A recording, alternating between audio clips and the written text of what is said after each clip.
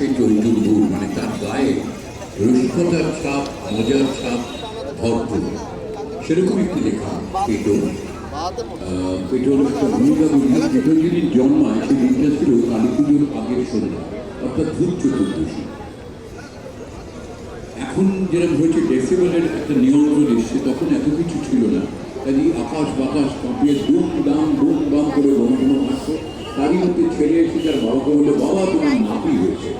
নাতি হওয়ার সুসংবাদ পেয়ে দাদু এত আত্মহারা হলেন যে সঙ্গে সঙ্গে বললেন যে দেখো, ওর নাম তোমরা পরে আজকের দিনটার কথা স্মরণ করে বিপায়ন রাখবে না দীপ্যমান রাখবে আমি জানি না, তবে ওর ডাকনাম কিন্তু হবে পেটো।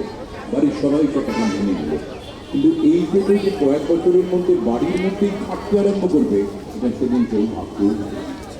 তাহলে 11টা বাজে, ঠিক সেই সময় আমাদের গল্প শুরু। পেটো মাকে